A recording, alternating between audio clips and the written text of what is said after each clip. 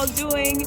We are on our last day of the conference, and today it's all about Hurricane Helene. You know, I'm in North Carolina, and this conference involves a lot of medical centers, federally qualified health centers. They help take care of the uninsured and underinsured, and a lot of them really got hit by Hurricane Helene. A lot of the members from those health centers are here today, and I felt what a good way to just talk to people and see how they were affected, see how they were doing, and you know, let's go talk to some people.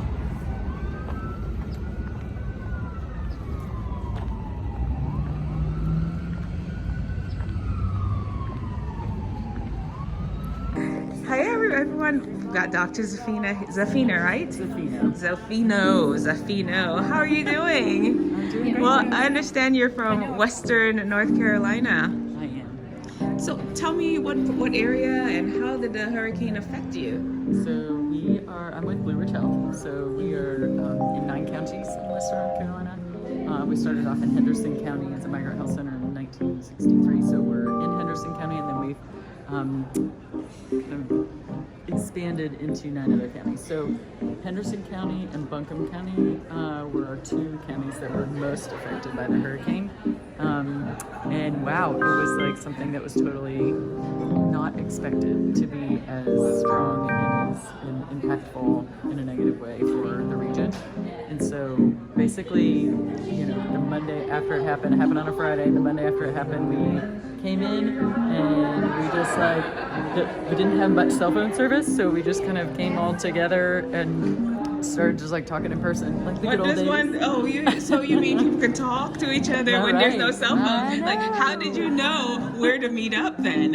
So there were patchy areas that you could kind of find. So you went out and stood on one leg and leaned to the left? On the corner of this street and this street, or at the REI where there was Wi-Fi, so you could get text through. And sometimes it would come through in the middle of the night, and sometimes it would come through at random times. But so we just said, hey, let's meet here on Monday. And so we all got at different times, and we were just like trying to figure out which clinics had power, which clinics had water, which clinics had cell phone or Wi-Fi or whatever, and how do we open up pharmacies first of all? Like, what are the initial needs of the people? So people need their medications. Like, we need to make sure that our pharmacies are open. They can come in. If not, we have a provider here. We have a paper pad that is a prescription pad that we can write prescriptions. We can remember how to do that and get folks the medications that they needed. Then one of our major hit areas was also Lake Lure area, and so we got our outreach van and just went down to the area, met up with people in the grocery store parking lot and said, hey, we're here. There are other people that have resources, and so that kind of gained traction. The next day we saw like 84 people in the parking lot. So, you saw them took care of their medical needs in the parking lot. That's like back in the day medicine. Okay, so I have to ask, because a doctor, charting. Do you even think about charting when one is in a disaster type situation, or what do you do about it? So we had some kind of downtime forms. Mm-hmm. So we tried to kind of document some of that on the downtime forms that we can just scan into the computer system later. Gotcha. And then some of it was just like resources. Hey, we have resources. What do you need? They might not need a medical thing, but they need diapers for their baby or formula or whatever. So then all of the supplies started coming in. And so we're like, okay, we'll take them and be kind of a pass-through. They were going out almost as fast as they were coming in. I would imagine. Yeah, expanding them out. So in the first few days, we were able to account for all of our employees, because that was a huge, priority in the beginning. We want to make sure that all of our people are okay, and everyone started asking, what can we do? Where can we go? If my clinic's not open, where else can I go? Can I go out into the community? Can we do home visits? We're gonna work at the shelter. We're just gonna go into the ER, because ER doesn't have power. We're just gonna go into some other communities where people are harder hit, and some of those clinics weren't open. Like a lot of the private practices couldn't open, and even some of our own kind of health centers with other community health centers, but still in our area, weren't able to open. So we're like, hey, what can you guys do? What can we do? Sometimes we were meeting people at the same place and saying, okay, now we can communicate. So let's figure out. You guys are here, we'll go there. So you've told me all about the medical center. How about you personally? Did you have damage to property? A little bit. Like our basement flooded. We had a tree on our house. Fortunately, it didn't go all the way through the house, so we didn't have a lot of leaking. But a couple trees like damaged our porch and fell through the fence, and so it was some, but definitely livable and still doable. We don't have clean water yet. Oh, really? No clean water yet? What do you bottle? Yet. Just bottles still continuously? Yeah. We didn't have water. We had power for about a week at my house, and then we didn't have water for 2 weeks, and then the water was brown. Now it's getting clearer, so it's great. Yay for clear water! I know. And we get foil announcements every day, which is okay. I have another question.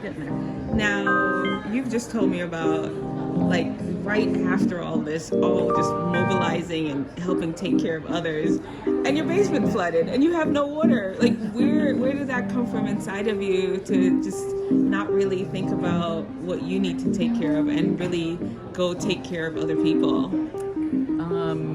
Well, my husband happened to be out of town during that time. You probably need people to... Yes, but my neighbors were amazing. Let us hook up to their generator with our refrigerators and our sump pump in the basement.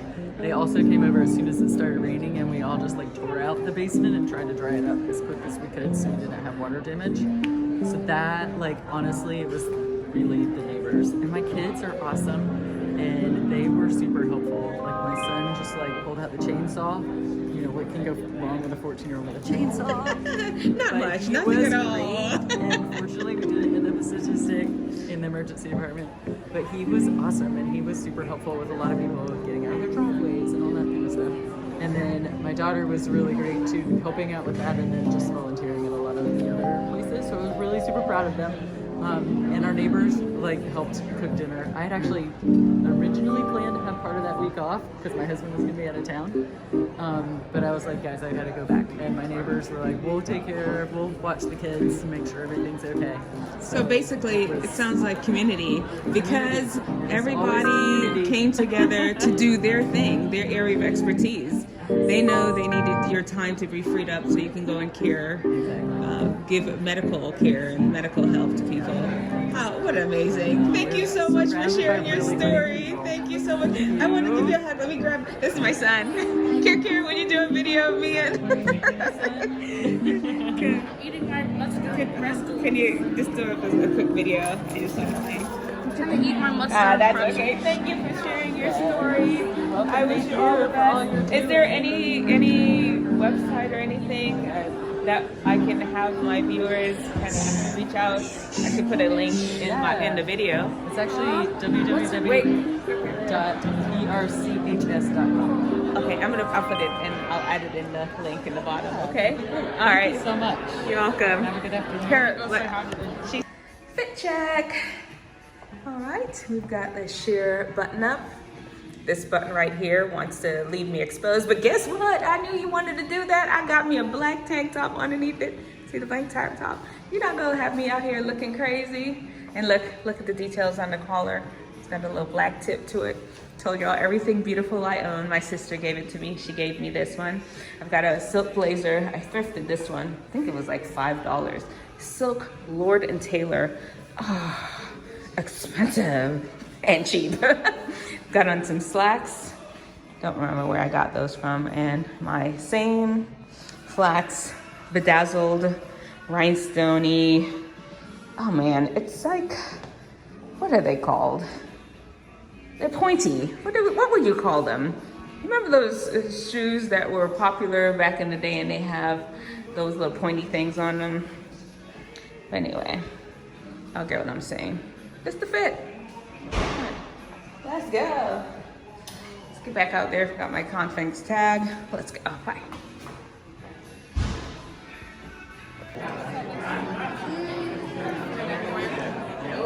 Maybe if you put it on the table over there.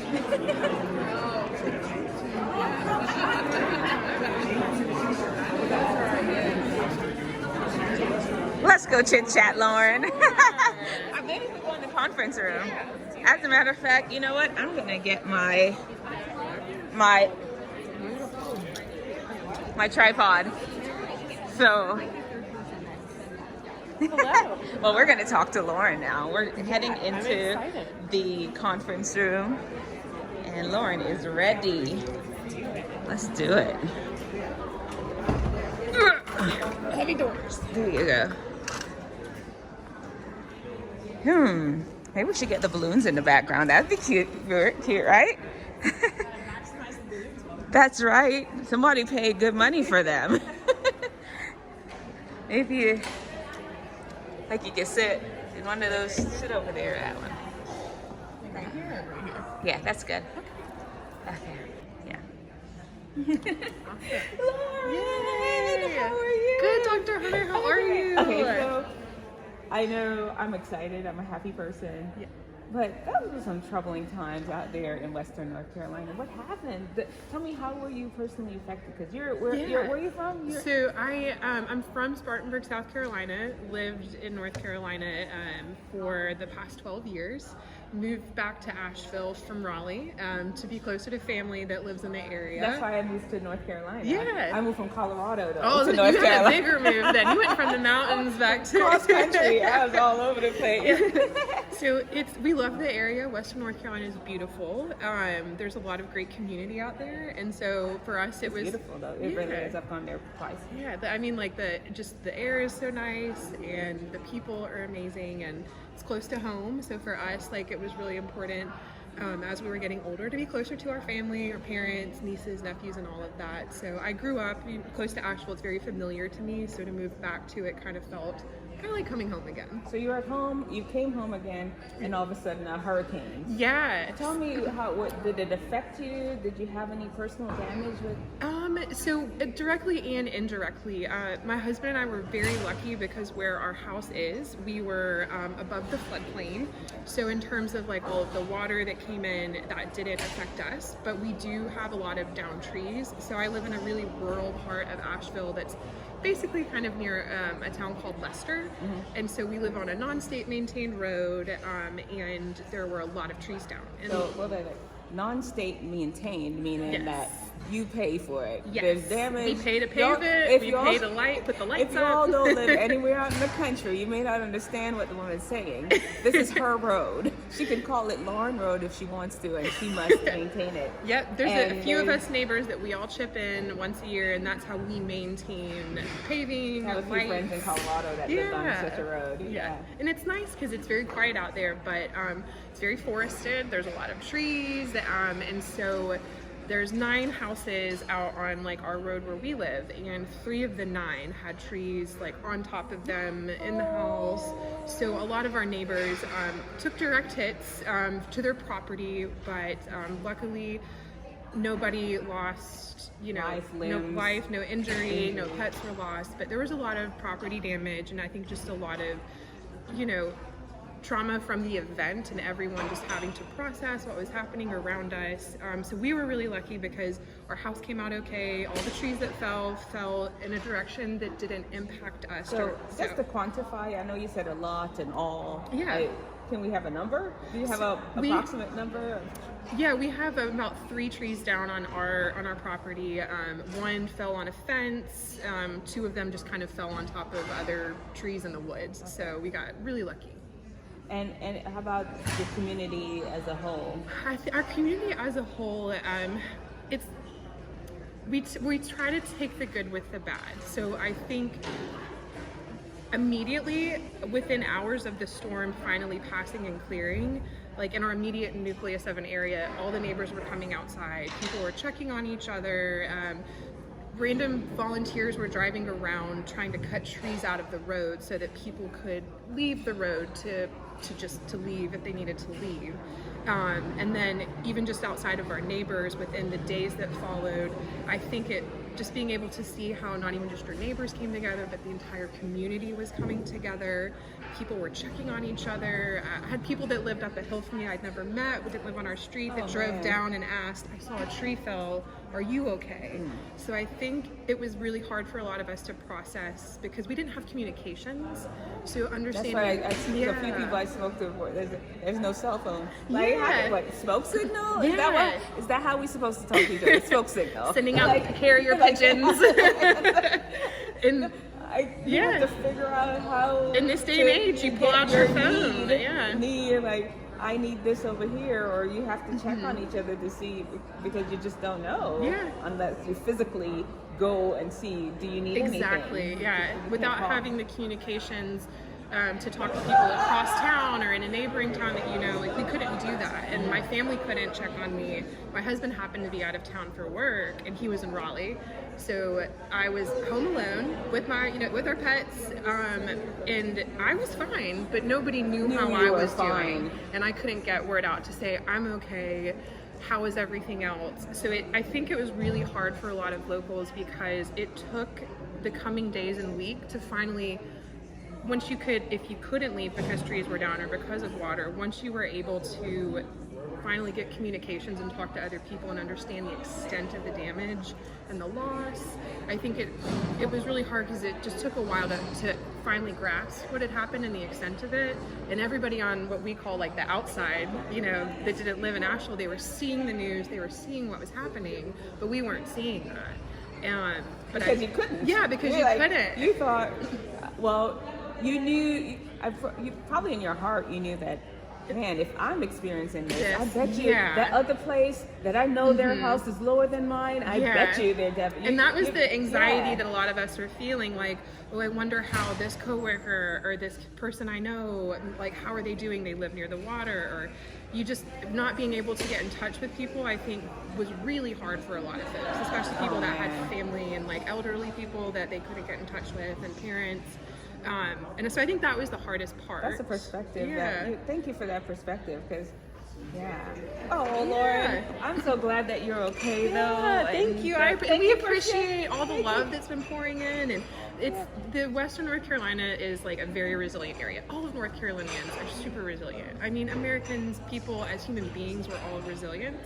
It's just sometimes it's when you're tested in those situations that you kind of learn, like, So I'm glad you mentioned Western North Carolina, because y'all are outdoors people out there. Y'all know how to chop some wood. We don't mind getting a little dirty. We can go 11 days without showering. 11 days without showering. We did that last year for fun. Yeah, and then and on purpose. The whole point of your day starts to become, not like, what do I need to do for work, but where am I going to get water to flush my toilet today? Or I know somebody that is not able to get out and do this themselves. Is somebody helping them meet their basic needs? Just realizing that for a lot of people, like at the most basic level, like just being able to. I wish I got that but on video. The tray started tilting. Background. But yeah, I think it was just like, it was really eye-opening to kind of realize, like, you get so tied up in your day-to-day, and then when something like this happens, it stops you in your tracks. And then all of a sudden, you're thinking about, where am I going to drive to get water today? How am I going to flush my toilet? Or how do I need to conserve this? Or, and not even just worrying about it for your own household, but I think what was so great about folks in Western North Carolina is people immediately just stepped out and said, how can I start helping my neighbors? How can I help my community? That's what I've been hearing. People put their guards down and everything. One lady I spoke to, she wasn't immediately affected, but her brother was. Yeah. And he's been like living couch surfing, just living random places. She said that in a few weeks he's gonna come live with her just because of the distraction. Thank you for asking questions. Just thank you for talking to us and asking how it's been going. Absolutely. And I have to say, I remember, and back in, I don't know if you remember this, but during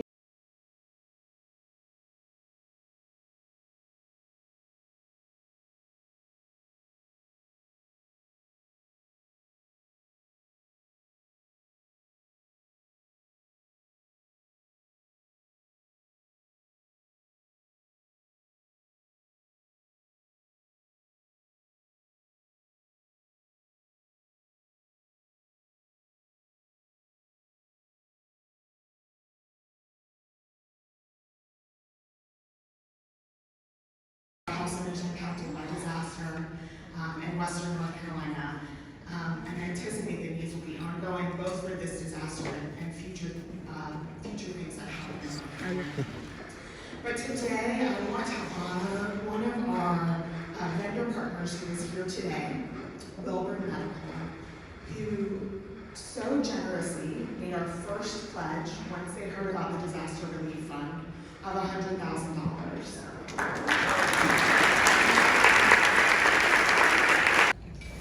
And I love Western North Carolina. When I saw what was happening up there, I said, you know, we need to do something about that, what we can do. And I'm so grateful that in 2019, my daughter joined the team, and I want to introduce to you Emily Wilbur.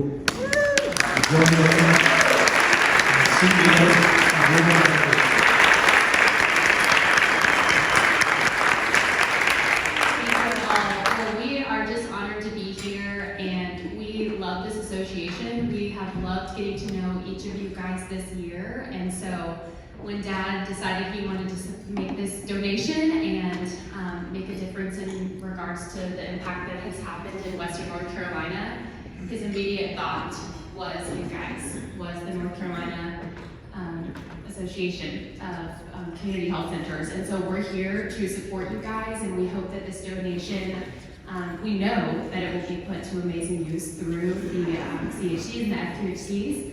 But we also want this to be a testament to our support as a distributor, not just to provide resources financially, but we have the resources as well to ensure that you guys have what you need to do the incredible work that you do every day. The work you're doing in our state is invaluable, and we consider it an absolute honor to even be in the midst of healthcare heroes and to be able to support the amazing work that you're doing, and especially those in Western North Carolina. So before we present this check, we want to hear from Alice Salthouse, and so would love to just hear some comments. She is in Boone, and she is the leader of one of the FQHCs, so I want to hear from you, Alice. Okay. I want to tell you a few numbers about Helene. 232 people lost their lives as a result of Helene. And there were that's in 6 different states: North Carolina, South Carolina, Georgia, Florida, Tennessee, and Virginia. The number one state that lost the most lives, North Carolina, 117. And the counties, the top 4 counties were Buncombe County, 43, Henderson, 10, Yancey, 10, Avery County, which is one of High Country Community Health County, 5 people. And when I hear those numbers, I know those are not just numbers. There's somebody's brother, somebody's baby, somebody's father, mother, sister. Those are people that were loved. So I want to tell you, what you see today, you call it a donation. Really what it is an act of love and compassion. And so I want to thank the Wilbur family for what you're doing to help us, enable us to do God's work in these communities. Thank you.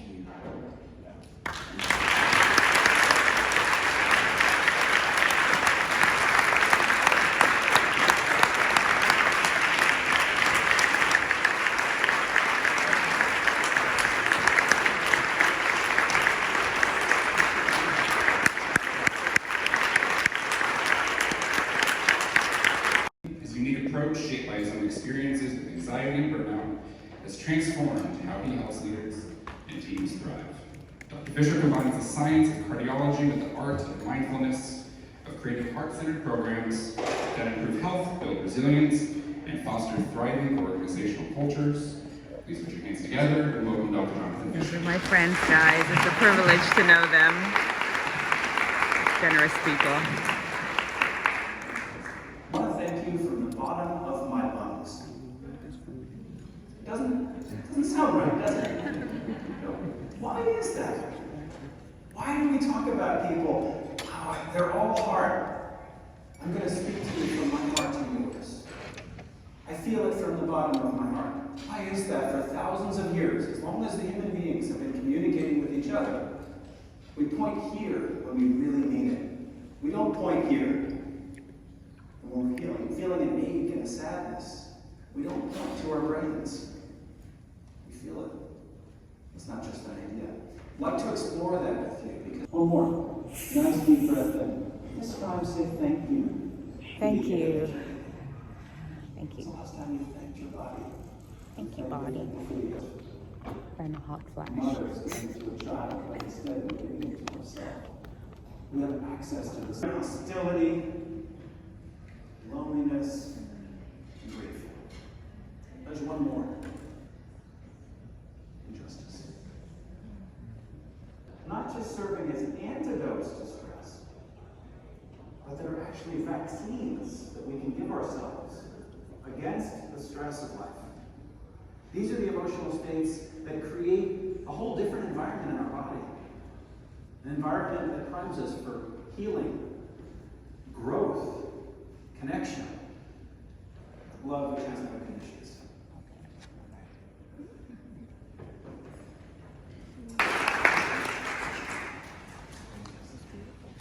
Amazing people. Oh my, it's a privilege. It's a privilege to know you all. Really need to use the restrooms. I'll be right back. Okay. How are you doing this morning? I'm emotional. I know. What a Yeah. presentation. Oh my goodness. So just such a reminder to really pay attention to your heart. And thank you for we both just shared a story. We both just shared a story about our times with depression. That's okay for me to say, right? Yes. Yeah. And we were just talking, and she just told me, Lorianne just told me she had a brother that was affected by the Hurricane Helen. I keep wanting to say Helena. Is it Helene? Helene. Thank you. It's fancy. It's fancy. And it wasn't fancy. It destroyed a lot of stuff. It was unique. What a fancy We'll give it name that. for a destructive thing. What happened to your brother? Tell me. He lives in Asheville, and he was on the side that was a little bit closer on I-40, but thankfully not in the flood damaged areas, but where he literally said that a tree came down in the yard that couldn't have landed more perfectly, because if it had landed an inch in any other direction, it would have devastated something important like a car, a house. Like, it just landed right in the middle of it. Miracles. But they could not get out. No power, no water. He's been couch surfing for a while. Oh, And- man. Even now? Yeah, so Oh, he's wow. actually, when I get back home, So, he's gonna come stay homeless. with me for the weekend. He's Well, not like you've got a home, but it's not livable. He chose, in the situation that he was in, that it was more important to not be in Asheville so that others who were displaced would have options, and that he'll go back when options open up again, and those who are more in need, who really live there all the time and have families and things. So he chose that. Well, thank And you. he's got a good support network. So Thank you we're all so here much for him. sharing that story. Who you have here? What's his name? This is Patronus. Hi, Patronus. Oh, look, he's laughing his tail. Go, She Patronus. She. It's okay. She is a type 1 diabetes medical alert dog. Oh, wow. So she helps me. I am hypo unaware, and I don't feel my low blood sugars coming. So when I do discover what they are, I'm already in danger. She can smell them before I can feel them. Oh, man. Oh, thank you. Thank you for your work. Thank you for your service, baby. How do you compare some of what happened to you to the victims of Hurricane Helene? Because where are you? I'm located in Boone, Okay. Watauga, Avery, and Burke counties. And so the effect that it had on me was not so much a death in the family. It was something that I had put my life into and worked hard for, and that is the dental clinic in Avery County. The dental clinic? Uh-huh. Oh, yeah. And you Yeah. don't get a lot of dental care. I'm out there in rural North Carolina, exactly and right. dental. You can find a doctor, But not a dentist. but not a dentist. And we had just hired this amazing dentist, and the storm messed up his place to live. And he's got 2 children and a wife, and they didn't have a place to live, and he just moved there to be a dentist at our community health center.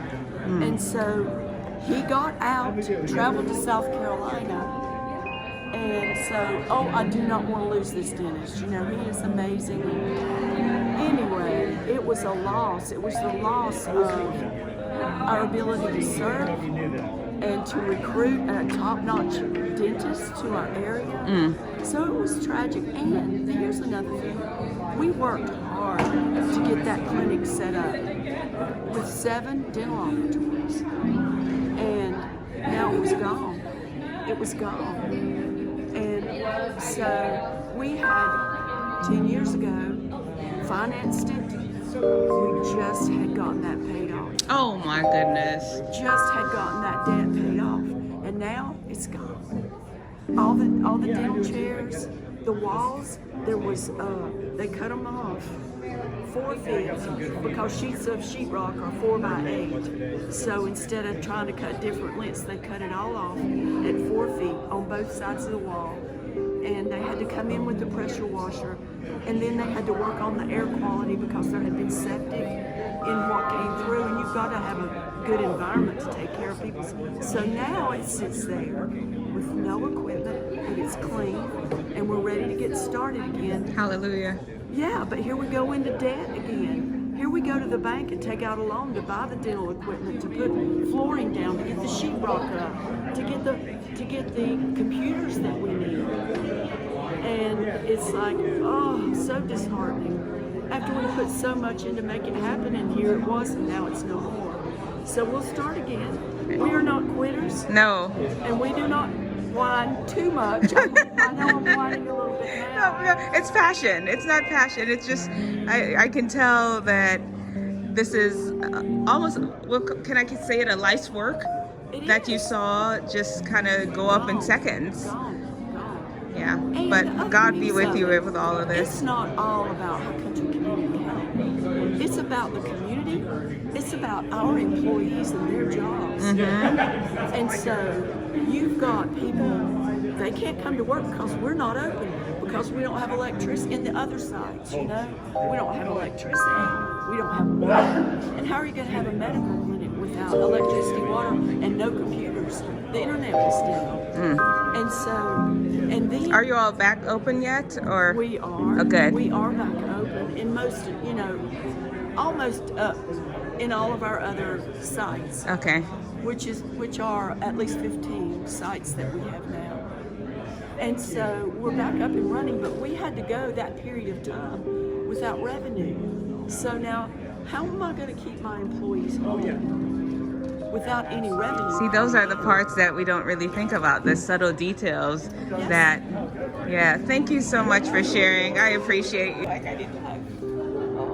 And thanks for all you're doing. I'm sure your community just absolutely. I have some links.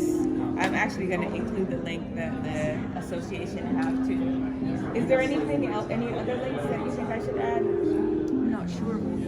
Okay, but I'll put the one that the association is doing for fundraising. I'll put it in the bio section of the video. Thank you so much.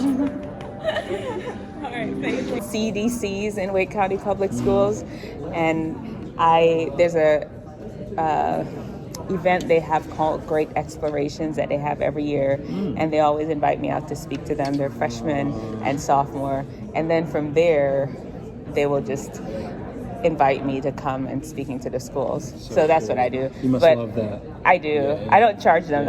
Yeah, well, I mean, schools. Yeah, at some point I will kind of step out, but I don't know. We'll see. We'll see. Soon. So, I don't know. We'll see. Yeah. I realize that. Do you have an agent when you speak? No. You do it all yourself? Everything. PR, marketing, Oh communications, man, you see, social media. and work as a cardiologist. Yes. See, that's been my thing. My challenge, because I work as an internist, and I've got 3 kids and a husband and a job. Yeah, I get well, it. as I just mentioned, and I was just like, there's no way There's a way. Yeah, there's a way. Okay, how can I do it? Oh, why is it? I think because why does the flash come on? That's annoying. You could turn it off. You could force it to come off. How do I do that? But keep talking. I'm just putting clips of you. We're talking about, the question comes up, how can I achieve my goals? Okay. And before we worry about how we can do it, we decide if it's important to us. And so you say, here's where I want to be in 3 years. And obstacles are going to come up. And blocks are going to come up. And all these reasons why, I could never do that are going to come up. And so you have to put that aside and say, is this important to me? Okay. And then the answers, you can work on the answers after that. Hey, here we go. I appreciate you. Yeah, oh, it's my pleasure. So, Thank you. I'm going to be reaching out to you about speaking. I'm ready. I'm excited. All right. You got this. Thank That's you. right. Thank you. Videotaping my son with the dog. The devastating impacts of Hurricane Helene, which they're saying is a 1,000-year flood. What we know from what we've been learning from climate change, that none of us are safe from the impacts. And so we thought it would be great to have this conversation today through that lens. And so extraction in this Hurricane Helene scenario has looked like vulnerable communities, precious resources that have been taken from the earth and the planet, like land. So we think about how development happens that has made land vulnerable to more landslides. What are some examples of extraction that you have seen in your community? So I gave the example of land grabs or gentrification. Other examples of extraction that you've seen of people and the land.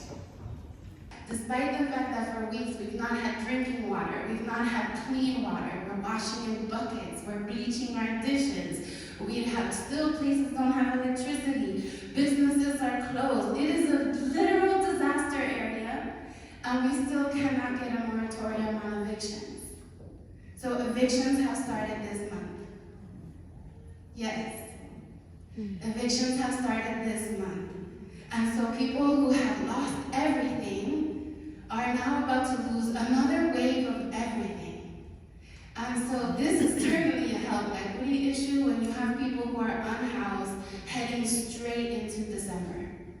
Okay, and winter, supposedly it's 70 out, but winter in our mountains, yes? So our work has been around how do we change these rules so that we can somehow keep people in their homes, right? Let's go say hi to them. And really thinking forward about how we can have both a practice and vision of how that to be. I'm going to have to offer you a couple of logistical reminders. How are you all? Before you say goodbye today. Thank you all so much for the presentation that you all had. I didn't even know that that's what your subject was going to be focused on. I saw the diversity, equity, inclusion. I didn't know it was going to be just focused on Western North Carolina. So, do you live there? Is that where you live, or that's both of you? Oh wow! Now, did you all? I know you were talking about the community, but did you all experience personally loss, or? Yeah, so I am very, very fortunate because I live in a place where very near me was deeply impacted. Mm-hmm. But my house, I saw the trees waving and none of them fell on my house. And so Wonderful. I'm very, very grateful. Well, I personally live in Weaverville, North Carolina, which is like 15 minutes outside of Asheville. Okay. Weaverville did have some areas that were hit hard, but not as hard as some. There are some areas that are like ground zero, like Swannanoa, Chimney Rock, parts of Asheville. That's what people were telling me. How about you personally? Did you have any? No, so my house and my family were good. Wonderful. My house was about a block, half a block from the river, but because I'm up a couple hills, the river didn't reach us. But when I walked down there, 20-foot high buildings were underwater. Oh man, so just living there and seeing it. Well, the fact that all this happened and it's aligned so close with your life's work. I appreciate all the things that you'll do. Where can I don't have tons of viewers, but hey, I'm going to put your link in the bio section. Is there a specific place that they can find? And if anybody feel compelled to donate anything, is there a website or anything that you have? So our work is at www.spiralpathconsulting.org. Okay. So it's because it's on the agenda. Okay, perfect. Okay. In terms of donations, we could probably get you something to add to your tagline. Okay. There's a lot of really great grassroots groups that have been doing this frontline mutual aid work since the beginning. and they're not able to get grants or funding like that. So individual donations to them would make all the difference. Okay, well, give me that information then. Thank you all again, and safe travels back home. Yes, please. That one thing, a campaign that's been I'm bringing it closer because it got a little louder. is Governor Roy Cooper writing the governor to ask for a moratorium on evictions and foreclosures. Oh, yes, you did say that. Evictions are going to start November when? November 10th, which is a couple days away. Okay. The eviction proceedings are going to And people aren't able to work to really pay this rent. Exactly. So thank you. I will for sure put that in there. Thank you all so much. I'm going to edit it up and it'll be out tonight. No, tomorrow morning, first thing in the morning. All right. Thank you all so much. Okay.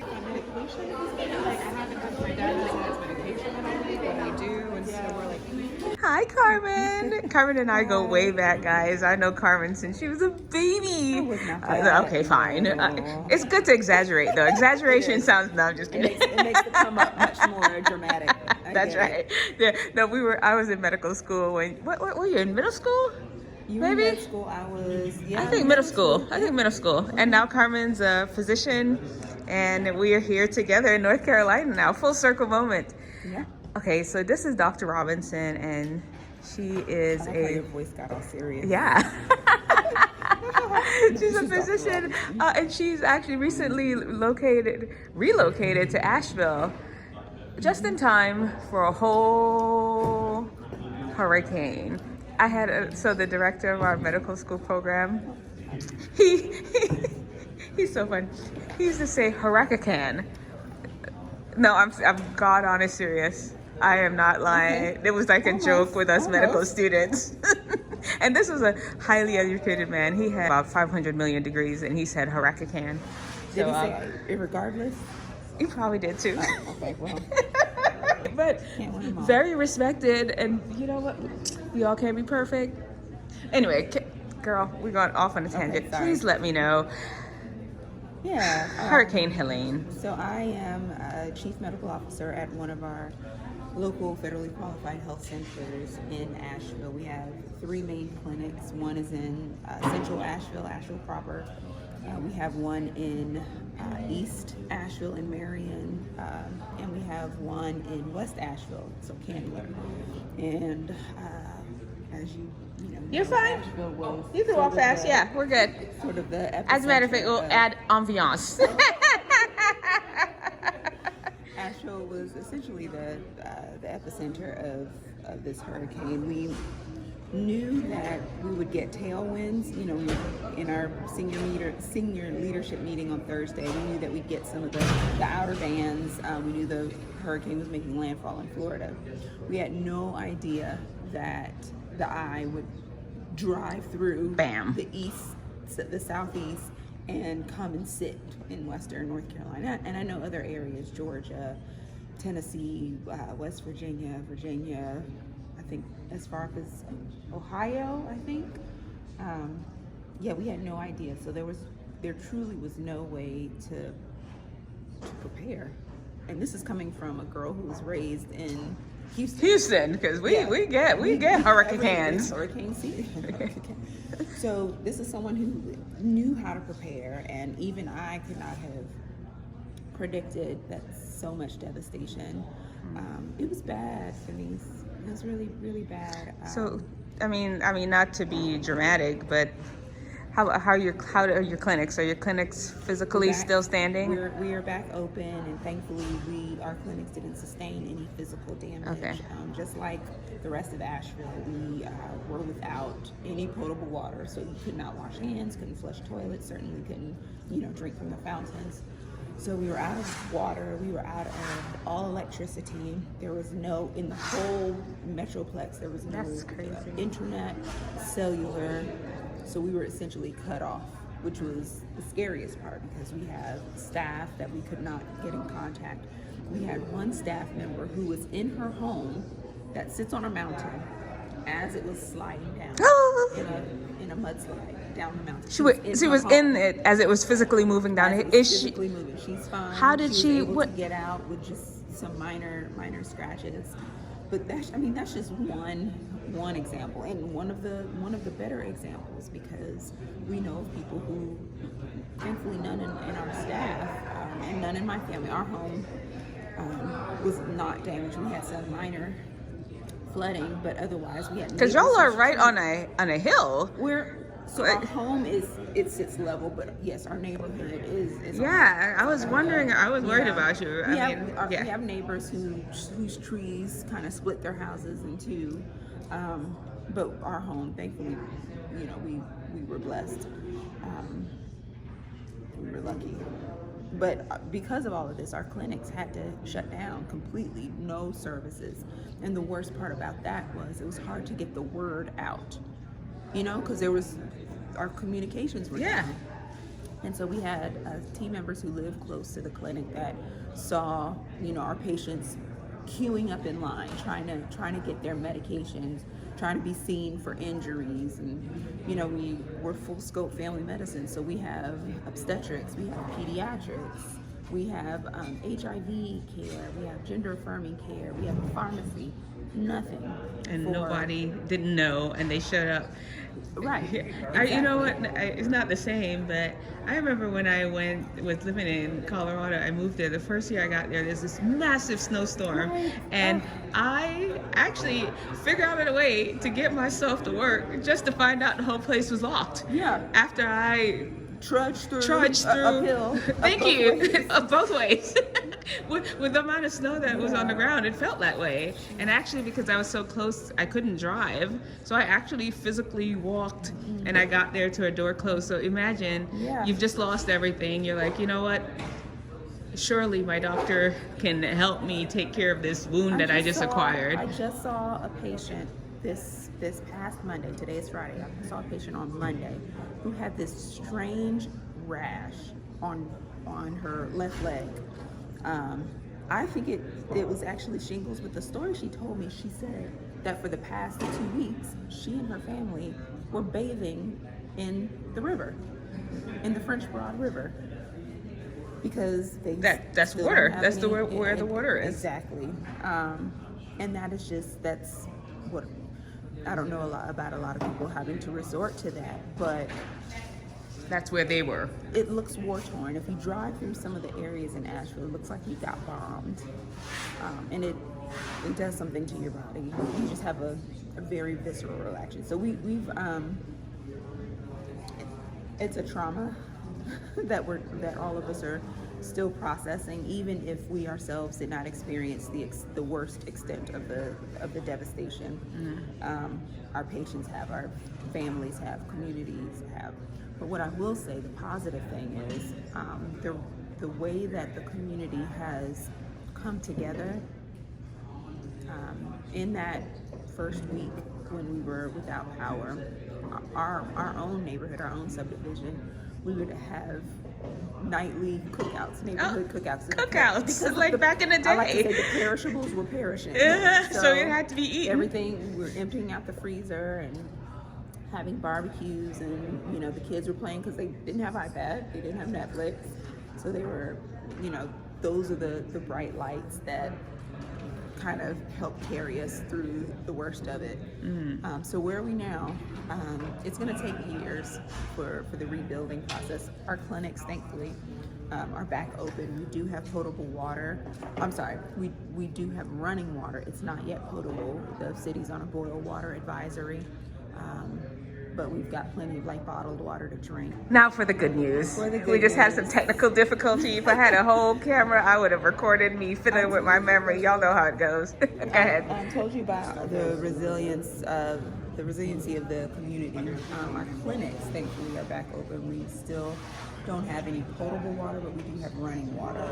We're on a boil water advisory, so we're able to flush. But we can't drink. We can wash hands, visibly soiled, but we can't really trust the water. But we are open for services, so we're able to do our procedures. Patients can get their medications, get their specialty care, and that really is the point of it. So I'm grateful. Wonderful. That the people that I work with we're pretty similarly minded in what our obligations, the priorities of what we need to get back up and running first. And thank you, Carmen. Safe travels. I love you. I love you too. Oh man, always, always, always. Safe travels, okay? See you. All right, bye. Okay, friends, the conference is over. Hurricane Helene, she really devastated Western North Carolina. I'm glad I was able to share my vlog with people that are very passionate about what's going on there and people that are living through all the things, disastrous things that has happened there, and helping to rebuild that community, because it's actually their community. That is where they live. Thank you all so much. I'm gonna head home now and drive back home to Raleigh maybe tonight. I don't know, we'll see. I haven't decided yet. In the meantime, take care. Join in for Vlogvember. Remember, I'm vlogging every single day this month because it's my anniversary and birthday month, 20th anniversary. And make sure you like and subscribe. See you tomorrow. Bye.